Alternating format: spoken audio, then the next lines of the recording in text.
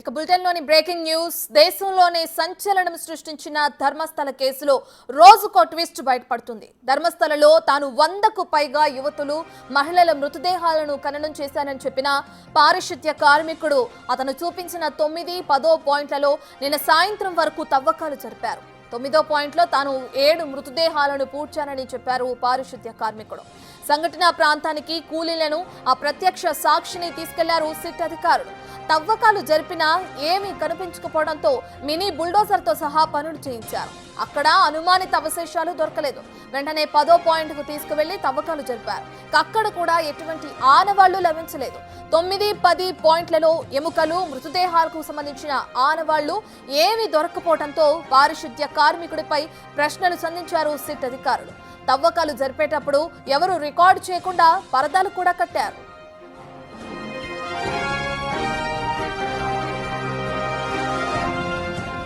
ఇక్కడే పూడ్చానని చెప్పావు కదా, మరి ఒక్క మృతదేహం కానీ దాని ఆనవాళ్లు కానీ కనిపించలేదని పూడ్చిపెట్టిన ప్రదేశాలను ఏమైనా మర్చిపోయావా అంటూ ప్రశ్నించారు అధికారులు. పారిశుద్ధ్య కార్మికుడు చూపించిన 6వ పాయింట్లో మాత్రమే ఎముకలు లభించాయి. మిగిలిన ప్రాంతాల్లో ఎటువంటి ఆధారాలు దొరకపోవడంతో ఏం చేయాలనే అంశంపై అధికారులు తర్జన భర్జన పడుతున్నారు.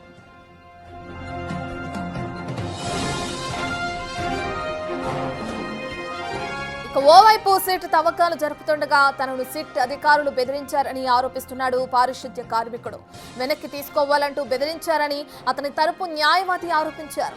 సిట్ అధికారి మంజునాథ గౌడ ఈ బెదిరింపులకు పాల్పడుతున్నారంటూ ఆరోపించాడు. సిట్ నుంచి ఆయనను తప్పించాలని కోరారు.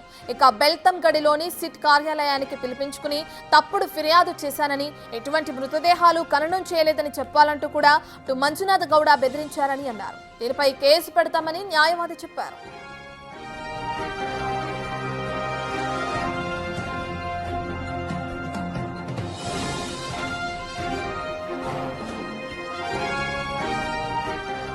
ధర్మస్థలలో 6 పాయింట్లో లభ్యమైన 25 ఎముకలను బెంగళూరులోని ఫోరెన్సిక్ ల్యాబ్ కు పంపించారు. వాటిని చూసి పరిశీలించి అవి పురుషులవా మహిళలవా అని చెప్పడం సాధ్యం కాదని ప్రయోగశాల అధికారి డాక్టర్ వేణుగోపాల్ తెలిపారు.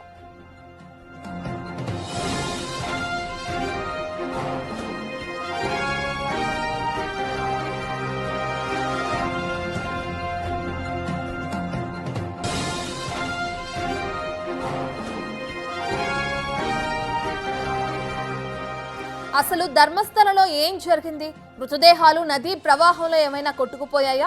సిట్ అధికారులు బెదిరించారన్న ఆరోపణలు ఎంతవరకు నిజం? 9, 10 ప్రదేశాల్లో ఒక్క ఎముక కూడా లభ్యం కాకపోవటం ఏంటి? పారిశుద్ధ్య కార్మికుడు ఒక్కడినే ఎందుకు సిట్ విచారణ చేస్తుంది? ఇంత వ్యవహారంలో ఒక్క నిందితుడినే ఎందుకున్నారు? ఇక ఎందుకు మహిళలనే పారిశుద్ధ్య కార్మికుడు పూడ్చిపెట్టారని చెప్తున్నాడు. మిగిలిన 3 ప్రదేశాల్లో ఏం దొరుకుతాయి? సర్వత్రా ఉత్కంఠ నెలకొంది. దీనికి సంబంధించిన మరింత సమాచారాన్ని మా ఎగ్జిక్యూటివ్ ఎడిటర్ అశోక్ అందిస్తారు. ధర్మస్థల హత్యల కేసులో వచ్చిన ఆరోపణలపై విచారణ కొనసాగుతోంది. ఇప్పటికే అనేక చోట్ల తవ్వకాలు చేశారు. వాళ్ళ ఆదివారం కాబట్టి తవ్వకాలు కంటిన్యూ చేస్తారా లేదా అనేది పూర్తి స్థాయి క్లారిటీ అయితే లేదు. ప్రస్తుతం నేను 9వ నంబర్ లొకేషన్లో ఎవరైతే విజిల్ బ్లోయర్ అలానా చోట శవాలను చంపి పూడ్చిపెట్టాము అని చెప్పాడో ఆ లొకేషన్లోనే ఉన్నాను. సో శనివారం అంతా కూడా ఇదే లొకేషన్లో తవ్వకాలు జరిపారు. ఇదిగో గ్రీన్ కలర్ పరదా కప్పి బయటికి ఏది కూడా కనిపించకుండా 9, 10 లొకేషన్స్లో ఈ తవ్వకాలు అనేది చేశారు. కానీ నిన్న భారీ వర్షం వల్ల తవ్వకాలకు తీవ్రమైన ఆటంకం అనేది ఏర్పడింది. సో ఇవాళ ఆదివారం, మరి ఇవాళ సిబ్బంది వస్తారా లేదా అనేది గ్యారంటీ అయితే కనిపించటం లేదు. సో ఇదే ప్రాంతంలో నిన్న మొత్తం కూడా తవ్వకాలు జరిపారు రోజంతా కూడా. సో ఈ తవ్వకాలు జరుపుతున్న సందర్భంలోనే భారీ వర్షం రావటం, అలా భారీ వర్షంలోనే ఏదైతే తవ్వించోట మొత్తం వర్షపు నీళ్ళన్నీ కూడా వెళ్ళిపోయి తవ్వకాలకి కొంత ఆటంకం కూడా ఏర్పడింది. ఈ ఆరోపణలు చేసిన విజిల్ బ్లోయర్ని ఇక్కడికి తీసుకొచ్చి forensics team, clues team, SIT team, revenue team అందరూ కలిసి ఇక్కడ తవ్వకాలు అనేది కంటిన్యూ చేశారు. ఒక చిన్న ప్రొక్లైనర్ కూడా తీసుకొచ్చి దాని సాయంతో ఇదే ప్లేస్లో మొత్తం కూడా తవ్వకాలు చేశారు. ఇగో తవ్వకాలకు సంబంధించిన తీసిన గొయ్యి కూడా మీకు ఇక్కడ కనిపిస్తూ ఉంటుంది. సో ప్రస్తుతం రిస్ట్రిక్టెడ్ ఏరియా కాబట్టి విచారణ జరుగుతుంది కాబట్టి మనం లోపలికైతే అలౌ చేయటం లేదు. కానీ తవ్విన ప్లేస్ అయితే మీకు క్లియర్గా కనిపిస్తోంది. అయితే ఎముకలు లాంటివి కానీ పుర్రెలు లాంటివి కానీ అంటే మృతదేహాల ఆనవాళ్ళు కానీ ప్రస్తుతానికైతే ఇక్కడ ఎక్కడా కూడా కనిపించలేదు.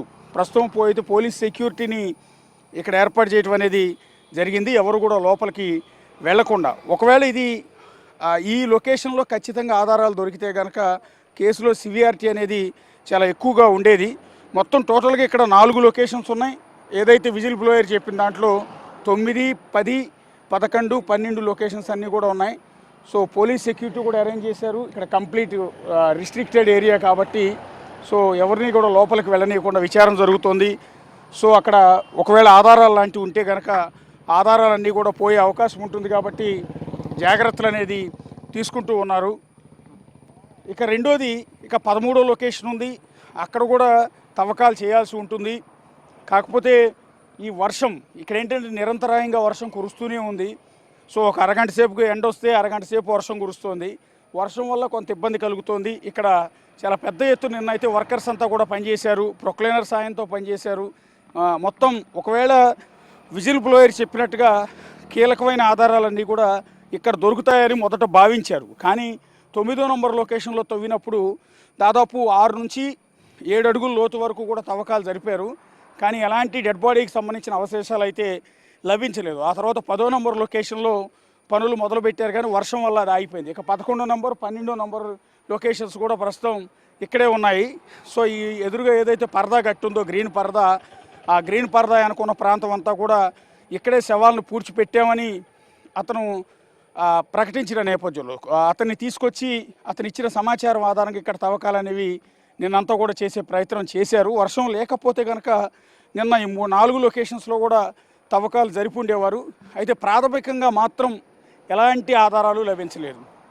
ఇప్పటి వరకు అదొక 6 లొకేషన్స్లోను, తర్వాత 7, 8, ఇక్కడ 9, మొత్తం 9 లొకేషన్స్లో తవ్వకాలు జరిపారు. ఇందులో 6వ లొకేషన్లో మాత్రం ఒకే ఒక డెడ్ బాడీకి సంబంధించిన పుర్రెలు ఎముకలు దొరికాయి. అది కూడా ఒక పురుషుడికి సంబంధించిన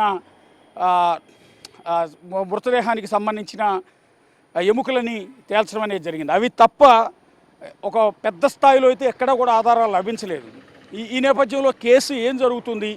ఇప్పుడు అతను చెప్పింది ఏంటంటే 100 మందికి పైగా అమ్మాయిల్ని అత్యాచారం చేసి హత్య చేసి ఇక్కడే పూడ్చిపెట్టామనేది విజిల్ బ్లోయర్ ఇచ్చిన సమాచారం. ఆ పూడ్చిపెట్టడానికి నేను సహాయకారిగా నన్ను కూడా వాడారు అనేది అతను ఇచ్చిన సమాచారం. సో అతను ఇచ్చిన ఫిర్యాదు ఆరోపణల నేపథ్యంలో అతన్నే స్పాట్కి తీసుకొచ్చి అతను చూపించిన లొకేషన్స్ మొత్తం కూడా ఐడెంటిఫై చేసి అక్కడ ఈ విధంగా పరదాలు కట్టి భారీ సెక్యూరిటీ మధ్య తవ్వకాలు అయితే చేశారు. కానీ ఇప్పటివరకు 9 లొకేషన్స్లో కూడా ఎక్కడ ఎలాంటి ఆధారాలు కూడా దొరకలేదు. బేసిక్గా దేశం మొత్తం సెన్సేషన్ అయింది ఇష్యూ.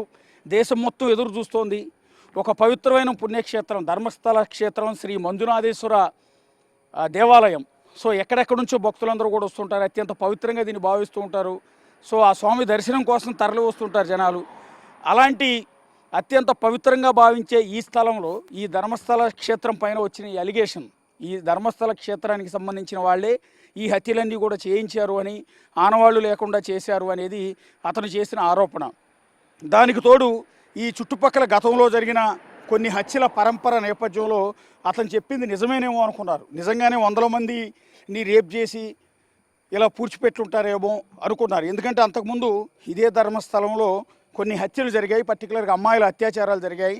సో వాటన్నిటి నేపథ్యంలో అవన్నీ కూడా ధర్మస్థల క్షేత్ర నిర్వాహకులపైనే ఆరోపణలు వచ్చాయి. కాబట్టి ఇతను చెప్పింది కూడా ఖచ్చితంగా నిజమే అయి ఉంటుంది. గతంలో ఇదే క్షేత్రం దగ్గరలో ఉన్న ఇంజనీరింగ్ కాలేజీలు, మెడికల్ కాలేజీలో చదువుకునే స్టూడెంట్స్ మిస్ అయ్యారు. ఇక్కడ స్వామివారి దర్శనానికి వచ్చిన టూరిస్టులు కొంతమంది, భక్తులు కొంతమంది మిస్ అయ్యారు.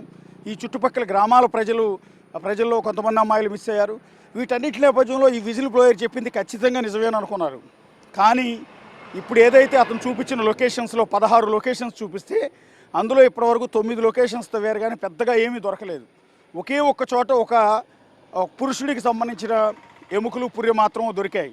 ఇక్కడ ఇతను చెప్తున్నది అమ్మాయిని చంపి పూడ్చిపెట్టారు అని. సో అది రెగ్యులర్గానే ఆ విలేజర్స్ ఆ వ్యక్తిది ఆ లొకేషన్లో అంత్యక్రియలు ఏమైనా చేశారా అంటే ఖననం చేశారా, అందువల్ల ఎముకలు ఉన్నాయా అని భావిస్తూ ఉన్నారు. సో అందువల్ల పెద్ద సెన్సేషన్ అయితే ఏమీ లేదు. అందరూ అనుకుంటున్నట్టుగా పెద్ద దారుణాలు అయితే ఇక్కడ జరిగినట్టు ఆనవాళ్ళు అయితే ప్రస్తుతానికి లభించాల. మరి మిగిలిన లొకేషన్లో ఏమైనా దొరుకుతాయో లేదో అన్నది చూడాల్సి ఉంటుంది.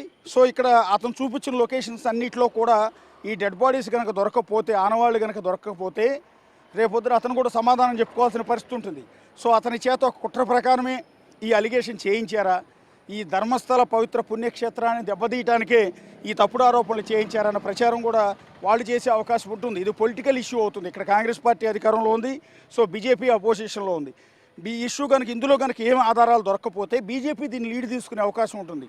సో అది కాంగ్రెస్ అండ్ బీజేపీ మధ్య ఒక పొలిటికల్ రైవలరీగా మారే అవకాశం అయితే చాలా క్లియర్గా కనపడుతోంది. ప్రస్తుతం ఉన్న సమాచారం ప్రకారం, ఇప్పటివరకు ఉన్న సమాచారం ప్రకారం అయితే అతను చెప్పినట్టుగా 100 మందిని చంపి పూడ్చిపెట్టారు అనడానికి ఎలాంటి ఆధారాలు కూడా లభించలేదు. సో అందువల్లే సిట్ టీం కూడా ఏం చేయాలో కూడా అర్థం కావట్లేదు వాళ్ళకి. సో ఇప్పుడు ఏమవుతుందంటే కంప్లీట్ రిపోర్ట్ ఇవ్వాల్సి ఉంటుంది. సో డీజీపీ దాన్ని ప్రభుత్వానికి సమర్పించాల్సి ఉంటుంది. సో ఇప్పుడు 9 లొకేషన్స్ దొరకలేదు. సో మిగిలిన 10, 11, 12, 13, 14, 15, 16 ఈ లొకేషన్స్లో ఒకవేళ డెడ్ బాడీ ఆనవాళ్ళు దొరికితే కేసు ముందుకెళ్తుంది. లేకపోతే కనుక ఇప్పుడు విజిల్ బ్లోయర్ అని చెప్పబడి ఈ ఆరోపణ చేసిన వ్యక్తి ఎవరైతే ఉన్నారో అతని మీద చర్యలు తీసుకునే అవకాశం ఉంటుంది. బహుశా అతను కూడా అరెస్ట్ చేసే అవకాశం ఉంటుంది. ఎంటైర్ వ్యవస్థలన్నింటినీ కూడా తప్పుదోవ పట్టించినందుకు, ఇంత పెద్ద ధర్మస్థల క్షేత్రం మీద తప్పుడు ఆరోపణలు చేసినందుకు అతని మీద కూడా యాక్షన్ తీసుకునే అవకాశం అయితే ఉంటుంది. Entire national media, local media, Kannada media, Malayali media, Tamil media, Telugu media మొత్తం కూడా ఇక్కడే ఉన్నారు. కానీ ఎవ్వరు ఇప్పటివరకు అయితే సిట్టు బృందంతో మనం మాట్లాడినప్పుడు వాళ్ళ నుంచి ఎలాంటి సమాచారం, ఎలాంటి క్లూస్ దొరకలేదని వాళ్ళైతే చెప్పేస్తూ ఉన్నారు. కెమెరా పర్సన్ రాజుతో కలిసి అశోక్, బిగ్ టీవీ, ధర్మస్థలం నుంచి.